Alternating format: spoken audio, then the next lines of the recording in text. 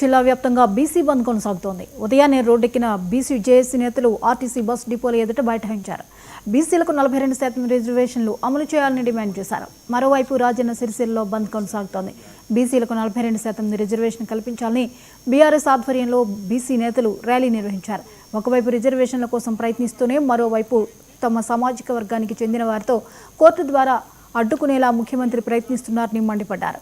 సిరిసిల్ల పట్టణంలో బీసీ జనాభా 56% ఉందని బంద్ను విజయవంతం చేసి బీసీలు సత్తాను చాటాలని వారు కోరారు. మరోవైపు ఉమ్మడి జిల్లాలో విద్యాలయాలు, ప్రభుత్వ, ప్రైవేట్ కార్యాలయాలు, పెట్రోల్ బంక్ యాజమాన్యాలు స్వచ్ఛందంగా బంద్లో పాల్గొంటున్నాయి.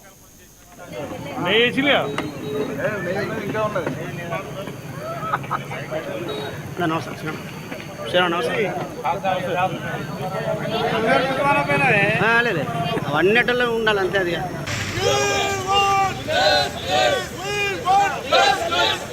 రిజర్వేషన్లు స్వాతంత్రం వచ్చి 45 సంవత్సరాల వరకు కూడా మన బీసీలకు రిజర్వేషన్ కల్పించలేదు. కేవలం 2వ బీసీ కమిషన్ చైర్మన్గా ఉన్న బీపీ మండల్ గారు ఆ రోజు వీపీ సింగ్ ప్రధానమంత్రిగా ఉన్నప్పుడు మరి బీసీలకు రిజర్వేషన్లను కేంద్ర ప్రభుత్వ ఉద్యోగాల లోపల, అదేవిధంగా కేంద్ర విశ్వవిద్యాలయాల లోపల 27% రిజర్వేషన్ కల్పించడం జరిగింది. అంతవరకు బీసీలకు కేంద్రం లోపల రిజర్వేషన్లు లేవు. మరి ఆ విధంగా బీసీలను కనీసం మనుషులుగా గుర్తించే క్రమము లేదు. మరి ఎప్పుడైతే బీపీ మండలి సూచించిందో ఆ సూచించిన విధంగా మరి స్థానిక సంస్థల లోపల, విద్యా ఉద్యోగాల లోపల మరి 56% ఉన్న బీసీలకు కనీసం 42% రిజర్వేషన్ను వెంటనే అమలు చేయాలి. ఏ విధంగానైతే ఈడబ్ల్యూఎస్ వాళ్ళు ఉన్నది కేవలం 9. తెలంగాణ రాష్ట్రంలో కాంగ్రెస్ పార్టీ బీసీలను మొదటి నుంచి మోసం చేస్తూనే ఉంది.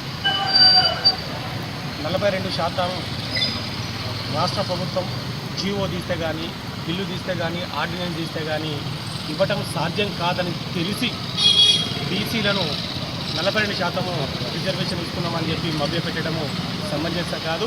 కావాలని చెప్పి ఈ కాంగ్రెస్ పార్టీ బీసీలను తప్పుదోవ పట్టిస్తూ ఉంది, మభ్య పెడతా ఉంది, మోసం చేస్తూ ఉంది.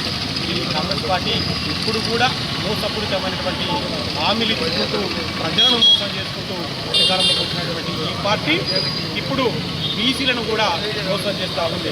ఎందుకంటే రాజ్యాంగ సవరణ చేయకుండా 42% అమలు కాదు అన్న విషయం వాళ్ళకి తెలిసి వాళ్ళు ఒకసారి ఆర్డినెన్స్ పేరిట, ఒకసారి బిల్లు పేరిట, మళ్ళొక్కసారి జీవో పేరిట కొత్త నాటకాన్ని తెరదీశారు.